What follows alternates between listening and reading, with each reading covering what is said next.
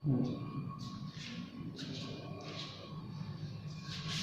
हम फ्रांस की राज्य क्रांति इसके बारे में समझेंगे कि फ्रांस की राज्य क्रांति क्यों हुई और लुई 16वें का उसमें क्या भूमिका रही। लुई 16वां के साथ साथ रानी आंतवानेत का भी उसमें क्या भूमिका रही।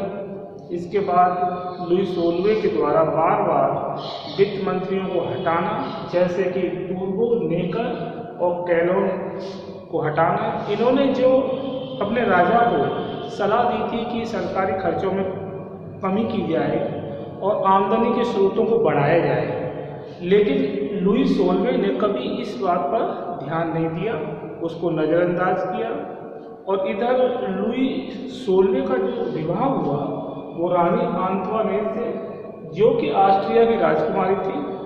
इस वैवाहिक संबंध से भी जो फ्रांस की जनता थी वो संतुष्ट नहीं थी, क्योंकि फ्रांस और ऑस्ट्रिया के बीच में आपसी शत्रुता बनी हुई थी।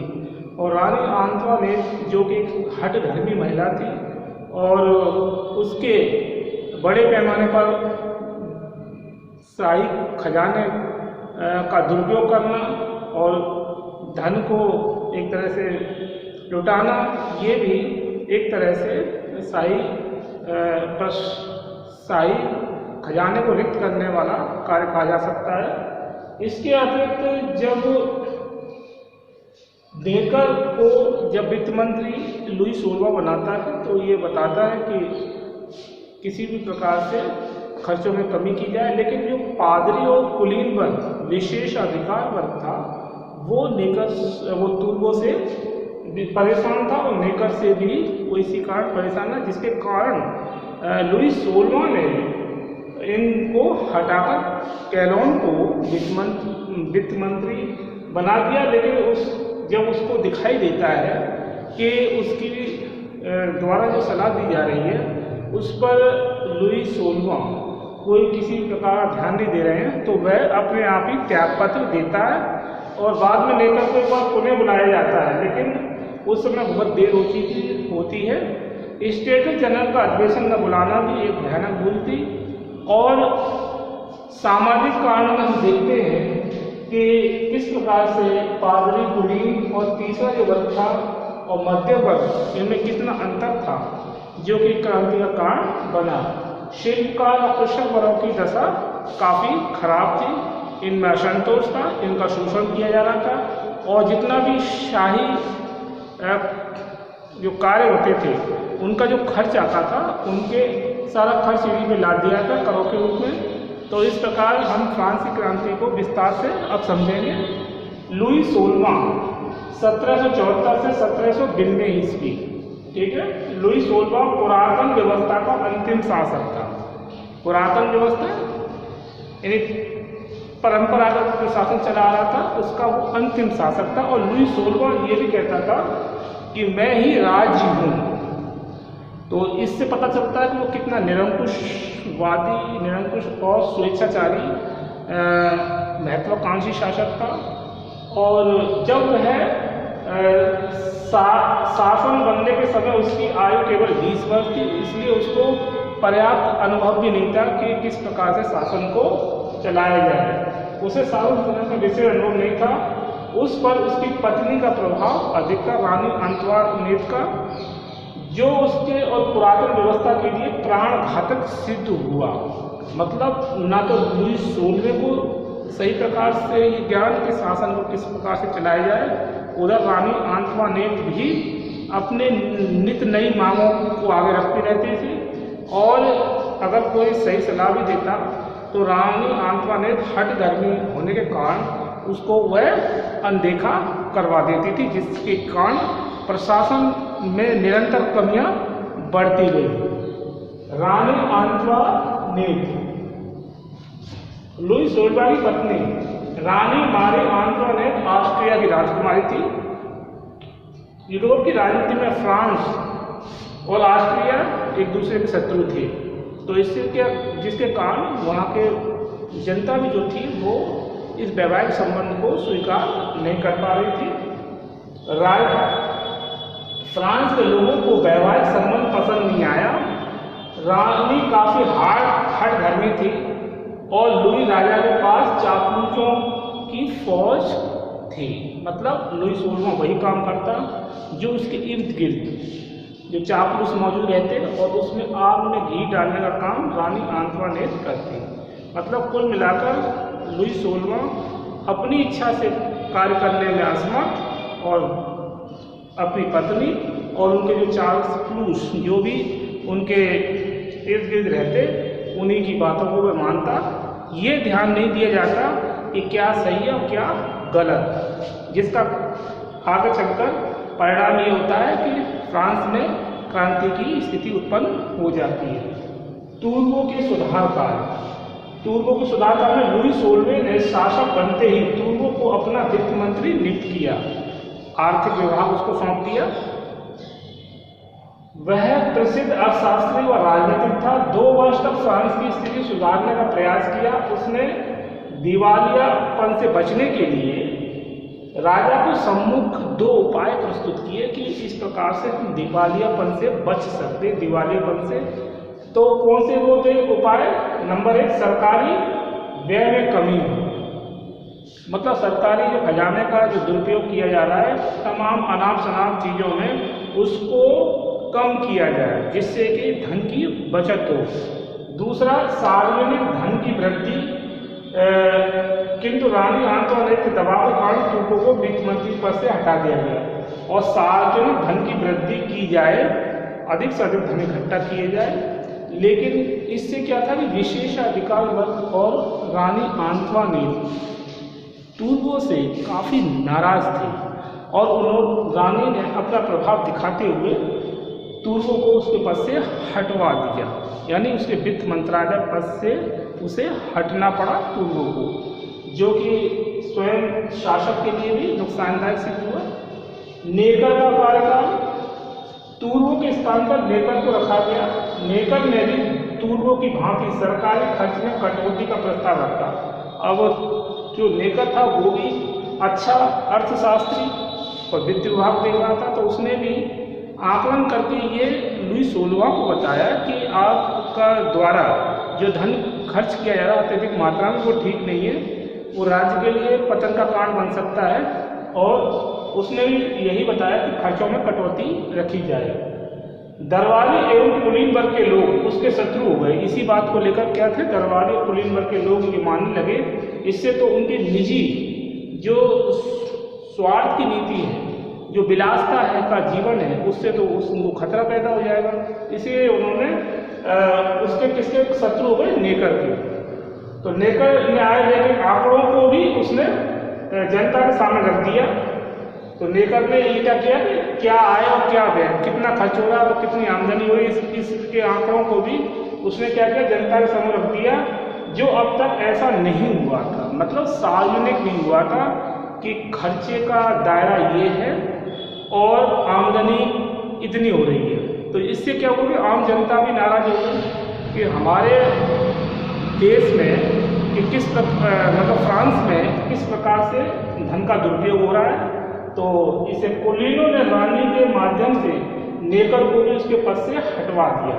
तो यहाँ पर रानी को ये भी खराब लगा कि अभी तक तुर्बों ने तो ये आय व्यय का ब्यौरा सार्वजनिक नहीं किया था, लेकिन लेकिन नेकर ने तो ये आय व्यय का ब्यौरा ही जनता के सामने रख दिया और इससे उनकी पोल खुल गई। तो क्या हुआ कि रानी ने और कुलीन वर्ग ने लुई 16वें पर दबाव बनाया कि इसको भी पद से हटाया जाए। ऐसा ही हुआ। इसके बाद कैलोन के कार्य। अब कैलोन भी अच्छा अर्थशास्त्री था। उस 1781 में नेकर के बाद कैलोन को वित्त मंत्री नियुक्त किया गया। उसकी नियुक्ति कुलीन वर्ग की इच्छा के कारण ही की गई थी।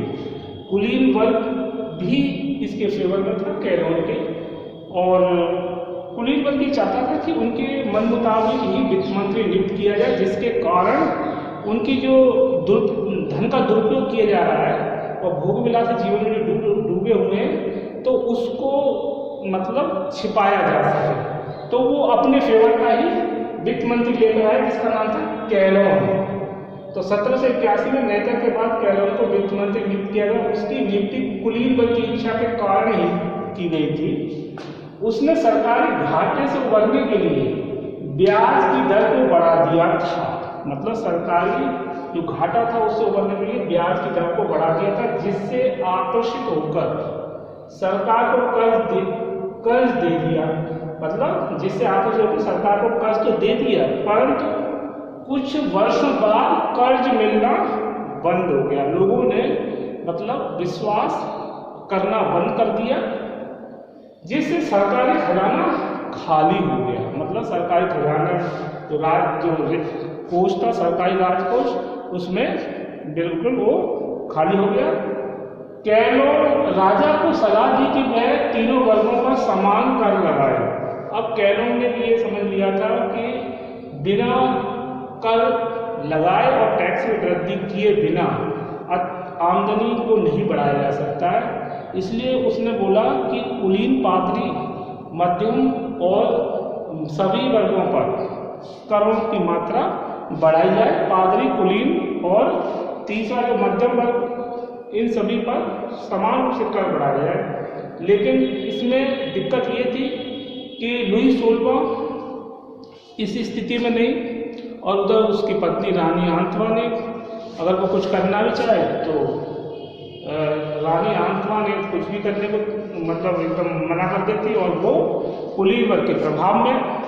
तो इससे दिक्कत ये रही थी कि राजा किस प्रकार से कर को लगाए।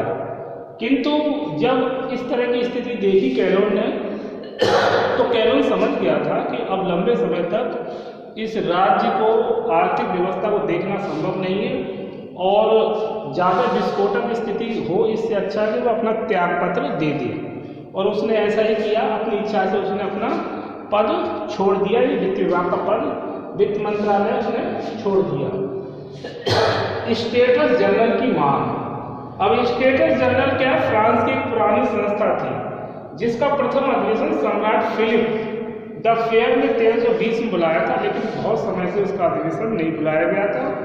तो कैलोन के बाद लोमनी द बीने को वित्त मंत्री बनाया गया। फ्रांस की दशा में थोड़ा बहुत सुधार हुआ। अब कैलोन के बाद क्या, लोमनी द बीने को वित्त विभाग सौंप दिया जाता है। लेकिन फ्रांस में थोड़ा बहुत तो सुधार हुआ, लेकिन पेरिस की पार्लिमा का कहना था, पेरिस की पार्लिमा का कहना था कि करों को बढ़ाने से पहले स्टेटस जनरल का अधिवेशन बुलाना चाहिए, ताकि ये राय ली जाए कि ये कर को बढ़ाया जा रहा है, ये उचित है कि नहीं। पार्लिमा का कहना था।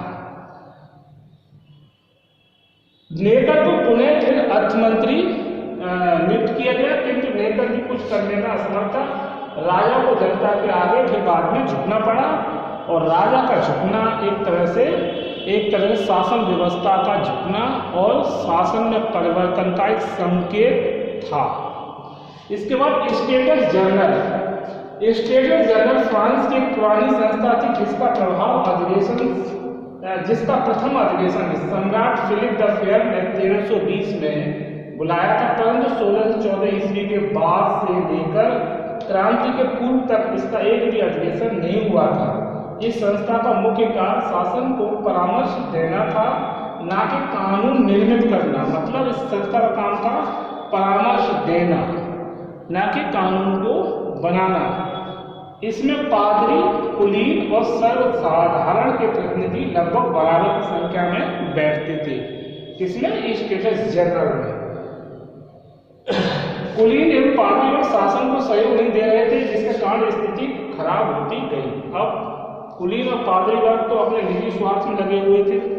वो नहीं चाह रहे थे कि किसी प्रकार का संशोधन हो, करों को बढ़ाया जाए, उनसे कर वसूले जाए, उन पर करों का बोझ डाला जाए, क्योंकि वो तो सत्ता का दुरुपयोग कर रहे थे और शासक को ही वो एक तरह से गुमराह किए हुए थे। तो इस प्रकार से वो ये चाह रहे थे किसी प्रकार से उनके जो आय में किसी प्रकार की कमी ना हो, और उनके आय में निरंतर वृद्धि होती रहे, कर उन्हें देने नहीं पड़े। तो इस जिद में ये कुलीन और पादरी वर्ग लगे हुए थे। लेकिन जिससे क्या स्थिति खराब हो रही थी कि धन का तो दुरुपयोग हो रहा था, और जो राज्य को शासन चलाने में जो धन का उपयोग होना चाहिए था वो व्यर्थ खर्चों में ज़्यादा हो रहा था।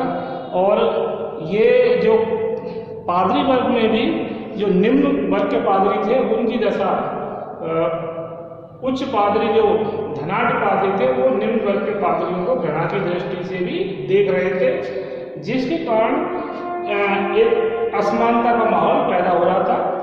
इसके बाद देखते हैं फ्रांस की क्रांति के कारण। तो फ्रांस की क्रांति एक अचानक कोई घटना नहीं थी, ये एक निरंतर प्रक्रिया के बाद ये क्रांति देखने को मिलती है, जिसमें फ्रांस की क्रांति में राजनीतिक, सामाजिक, आर्थिक, बौद्धिक कारण इसके प्रमुख थे। तो राजनीतिक कारण देखें, फ्रांस में स्वेच्छाचारी निरंकुश शासन की एक अजीब परंपरा कायम हो गई थी। निरंकुश और स्वेच्छाचारी मतलब किसी प्रकार का उस पर राजा पे अंकुश नहीं, और राजा जो चाहे वो करे, सारी शक्तियाँ राजा के हाथ में, और राजा की जो इच्छा है वो ही सबसे बड़ी एक आदेश है। तो इस प्रकार की स्थिति में क्या क्या एक अजीब परंपरा कायम हो गई। लुई 16वां कहा करता था कि मैं ही राज्य हूँ। जब ये राजा ही कहेगा कि मैं ही राज्य हूँ, तो फिर उसकी सोच से पता चलता है कि वो कितना डिक्टेटर या निरंकुशवादी शासक था। फ्रांस की जनता को किसी भी प्रकार के राजनीतिक अधिकार प्राप्त नहीं थे, मतलब राजनीतिक रूप से एक तरह से गुलाम कहा जा सकता है कि जब ऐसी स्थिति हो जाए कि राजा के अंदर ये विचार नहीं रहे कि वो उसकी प्रजा कुछ मतलब अपेक्षा करती है, और राजा का कार्य पिता की भांति होता है, और प्रजा का कल्याण करना, प्रजा की समस्याओं को सुनना, प्रजा की हर समस्या का निराकरण करना। तो इस प्रकार की लुई 16वां में जो कंडीशन है देखने को नहीं मिलती है, जिसके कारण कि फ्रांस की जनता अत्यधिक नाराज हो जाती है। इकाइयों के शासक स्वतंत्र शासकों की भांति शासन करने लगे थे। अब इसका लाभ क्या हुआ कि लुई 16वां में वो राजनीतिक दूरदर्शिता का अभाव, कुछ उसकी रानी का हस्तक्षेप, जिसके कारण क्या हुआ कि स्थानीय स्तर पर जो शासन इकाइयों में जो शासन था, उस वहाँ के जो अधिकारी थे वो अपने आप स्वतंत्र शासक बन गए थे और मनमानी शुरू कर दी, लूट खसोट शुरू कर दी, और किसानों मजदूरों का शोषण करना शुरू कर दिया। क्योंकि जब केंद्र सरकार ही गैर जिम्मेदार बन गई, तो फिर इस प्रकार से इकाइयों के जो शासक थे वो शक्तिशाली होना उनका निश्चित था कि वो कुछ भी करें। और इधर ये लुई 16वां खुद ही कह रहा है कि मैं ही राज्य हूँ, तो जो मैं ही राज्य हूँ, तो फिर दूसरा कौन? दूसरे का मतलब इसका मतलब है कि जनता को बोलने का अधिकार ही नहीं। तो ऐसी स्थिति में क्या विस्फोटक स्थिति हो जाती है राजनीतिक रूप से, और जिससे कि राजनीतिक असंतोष का वातावरण पैदा फ्रांस में होता है।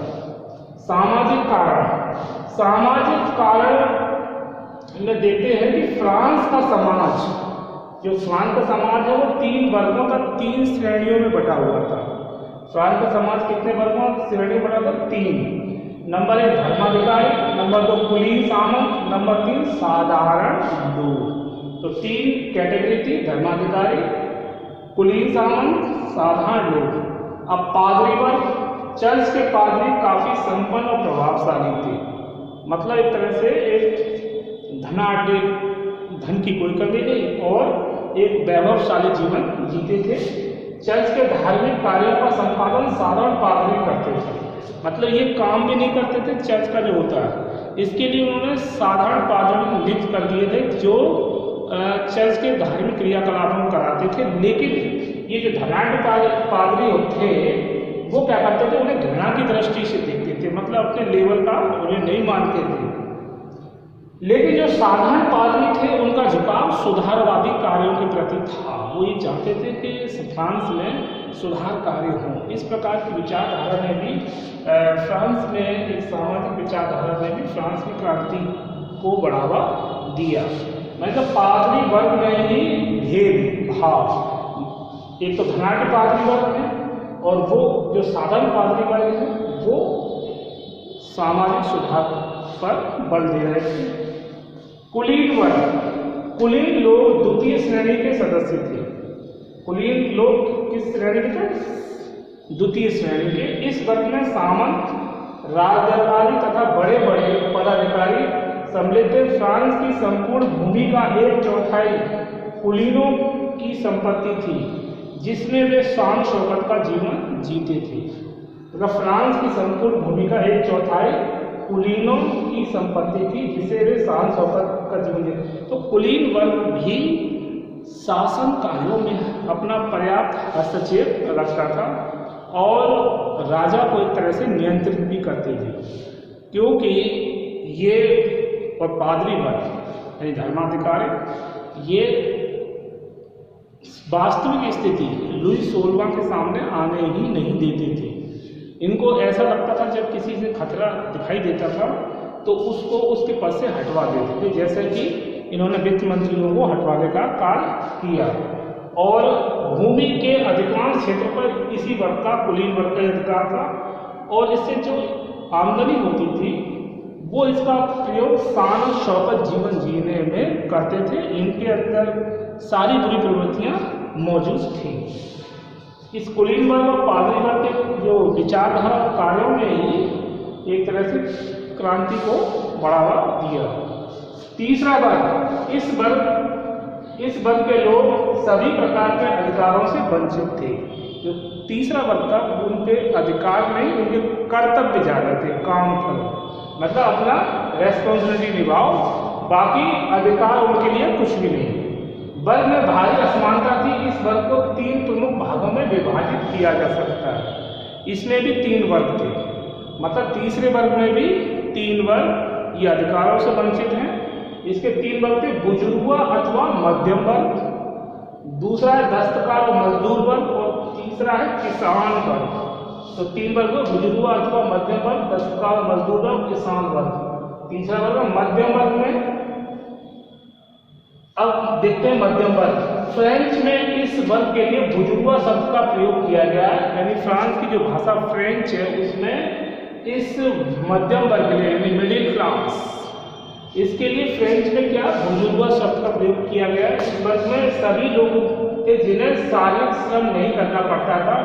इस वर्ग की आर्थिक स्थिति ठीक थी। अधिकांश निम्न पदों पर इन्हीं को रखा जाता था। इन्हीं प्रशासनिक कार्यों में तो निम्न पद जैसे डॉक्टर, इंजीनियर से और चिकित्सक और लेखाकार, तमाम ऐसे जो थे, इनका काम तो बौद्धिक था, लेकिन इनको उच्च पदों पर नियुक्त नहीं किया जाता था, इनको निम्न पदों पर रखा। अध्यापक, तो इस प्रकार ये बुजुर्ग मतलब ये बौद्धिक कार्य करते थे, इनको शारीरिक श्रम नहीं करना पड़ता था, लेकिन प्रशासन में इनको निम्न पदों पर ही रखा जाता था। शिल्पकार, बुजुर्ग वर्ग के नीचे शिल्पकार थे, इन्हें दस्तकार भी कहते थे। शिल्पकार जो हाथ से कार्य करने वाले लोग, जैसे कारपेंटर, ब्लैक स्मिथ और जैसे छोटे कपड़ा बनने वाला बुनकर, तो इस प्रकार के जो कार्य करते थे और चमड़े का काम करने वाले लोग, तो इस जो शिल्पकार की श्रेणी में आते थे उनकी दशा अच्छी नहीं थी। और बुजुर्ग वर्ग के नीचे शिल्पकार थे, इन्हें दस्तकार भी कहते थे। ये नगरों में बसे हुए थे। नगरों में बसने का कारण ये था कि इनको अपनी आमदनी का जो स्रोत था, अपने द्वारा बनाई गई वस्तु को बेच कर ही इनको आमदनी होती थी। जैसे कपड़ा बुनने वाला कपड़ा बेच रहा है, और बढ़ई है जैसे कारपेंटर लकड़ी का सामान बनाकर उसको बेच रहा है। इसलिए और बहुत से छोटे मोटे ज़रूरत की चीज़ें हैं वो ये शिल्पकार ही करते थे, और ये नगरों में बस में अपना सामान बेचकर अपना जीवन यापन करते थे। कुलीन एवं पादरी वर्ग इस वर्ग का निरंतर शोषण करते रहे, जिससे ये परेशान थे। अब कुलीन और पादरी वर्ग जिनको विशेष अधिकार भी प्राप्त थे प्रशासन की तरफ से, अतः इनको ये भी पता था कुलीन और पादरी वर्ग को उनका कोई भी कुछ भी बिगाड़ नहीं सकता, इसलिए वो अपने से नीचे जो मध्यम और शिल्पकार जो थे उनका निरंतर शोषण करते रहे, जिसके कारण उनमें भयानक असंतोष पैदा हुआ और ये निरंतर परेशान होने के कारण क्रांति की स्थिति फ्रांस में पैदा होती गई। कृषक वर्ग, फ्रांस की अधिकांश आबादी किसान थी, मतलब फ्रांस में अधिकतर जो पॉपुलेशन थी वो किसान थी, कृषि कार्य करती थी और उनकी आमदनी का स्रोत कृषि कार्य ही था। और जो फसलें पैदा होती थी उनमें अधिकांश उनको टैक्स के रूप में प्रशासन द्वारा ले लिया गया, जिसके कारण इनकी दशा अत्यंत ही शोचनीय बनी रही। इन्हें राज्य, चर्च और जागीरदार को अनेक प्रकार के कर देने पड़ते थे। अब यहाँ देखो, चर्च और जागीरदार मतलब जो मुनाफाखोरी ये करते थे वो चर्च और जागीरदारी करते थे, और कृषकों को जो पर्याप्त लाभ मिलना चाहिए वो इससे वंचित रहते थे, जिससे कि इनमें असंतोष था फ्रांस के अंदर। और फ्रांस की क्रांति में किसानों की भी महत्वपूर्ण भूमिका रही। अनेक प्रयास कर देने पड़ते थे, इन्हें बहुत सी बेगारी भी करनी पड़ती थी। मतलब बेगारी का ये था कि कार्य तो करना पड़ता था पर इन्हें उसकी एवज में कोई धन नहीं मिलता था और बिना शुल्क के ही कार्य करना पड़ता था, जिससे किसानों की दशा निरंतर गिरती गई।